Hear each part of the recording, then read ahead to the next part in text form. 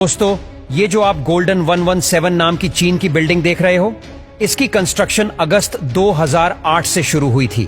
128 मंजिला इस बिल्डिंग की ऊंचाई 1958 फीट है। इस ऊंचे स्काई स्क्रैपर को बुर्ज खलीफा की तरह होटल्स, अपार्टमेंट्स और कमर्शियल स्पेस के लिए तैयार किया गया था। इस बिल्डिंग में तो 90 के करीब एलिवेटर लगे थे। इस बिल्डिंग को बनाने में $10 बिलियन का खर्च हुआ था और यह दुनिया की 5वीं सबसे बड़ी बिल्डिंग बनने वाली थी।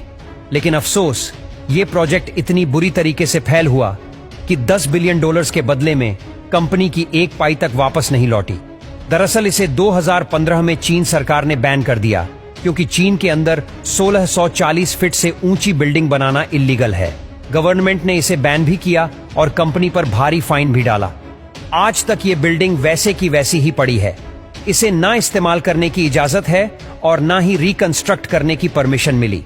आज ये दुनिया की सबसे ऊंची अबेंडेंट बिल्डिंग बन चुकी है, जिसका जिक्र आपको Guinness book of world record में भी मिल जाएगा। आज दोस्तों, ये कंस्ट्रक्शन की दुनिया की सबसे महंगी गलती मानी जाती है। ये तो कुछ भी नहीं, आज मैं आपको दुनिया की सबसे महंगी कंस्ट्रक्शन में हुई मिस्टेक्स दिखाने वाला हूं। गेलो ब्रिज। ये ब्रिज 2018 में ताइवान के एक शहर में बनाया गया था। इस ब्रिज का काम था वहां के विलेजर्स को शहर के साथ कनेक्ट करना। ये ब्रिज तकरीबन आधा किलोमीटर लंबा था और इसे बनाने में भी 1 साल से ज्यादा का समय लग गया था। ब्रिज अभी लोगों के लिए खोला ही गया था कि कुछ ही दिनों में 2 अर्थक्वेक आए और उसमें ये ब्रिज पूरी तरह चकनाचूर हो गया। पूरा का पूरा ब्रिज जमीन पर लेटा हुआ था। दरअसल इस ब्रिज को बनाते समय ना इसमें अर्थक्वेक को लेकर कोई काम किया गया और ना ही इसमें कोई सपोर्ट लगाई गई। इंजीनियर्स ने बस पैसे बचाने के चक्कर में इसे दुआओं के सहारे छोड़ दिया।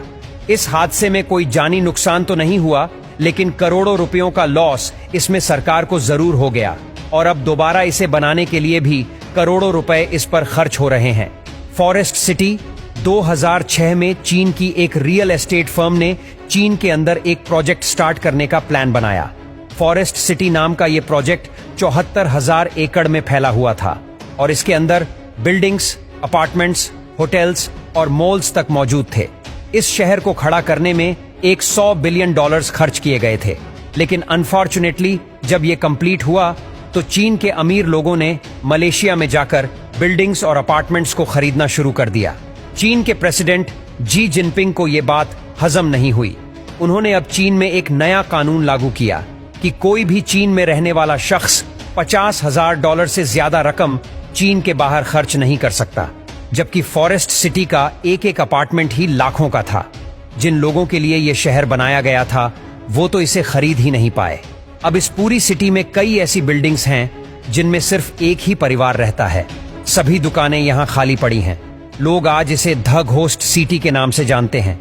लघुना गार्डन ब्रिज। आजकल कई ऐसे ब्रिजेस हैं जो बनाते समय ही गिर जा रहे हैं, लेकिन इस ब्रिज को देखिए, ये गिरा तो नहीं, लेकिन फिर भी इसे कंस्ट्रक्शन की दुनिया की सबसे महंगी गलती मानते हैं। आप सोचते होंगे कि इंजीनियर्स ने इस ब्रिज की सड़क को सीधा क्यों नहीं रखा। दरअसल इसके पीछे एक बहुत ही बेतुकी वजह है। इस ब्रिज के आर्किटेक्ट राफेल बिनोली का मानना था कि अगर इस ब्रिज को हम ऐसे सर्कुलर बनाएंगे तो लोग यहां से धीरे जाएंगे। देखने में ये एक जीनियस आइडिया लगता है, लेकिन प्रॉब्लम यह है कि कर्व रोड पर गाड़ियों की एक्सीडेंट के चांसेस 80% बढ़ जाते हैं और बेसिकली इस इंजीनियर ने लोगों की जान को उल्टा खतरे में डाल दिया।